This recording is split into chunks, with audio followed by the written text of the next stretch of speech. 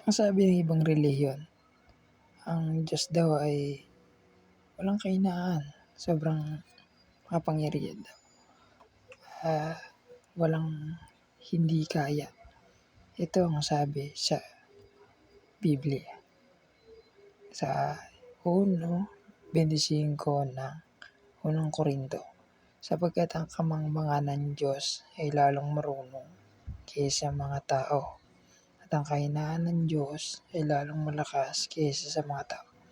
Kahit may kamangmangan ng Diyos, talagang mas marunong pa. At yung kahinaan niya, lalong malakas sa tao. Kaya, di natin pwedeng sabihin na sobra kapangyarihan ng Diyos dahil sinabi sa kasulatan na may kahinaan siya. At sabi naman sa English, because the foolishness of God is wiser than men. Kaya mas marunong pa rin talaga. And the weakness of God is stronger than men.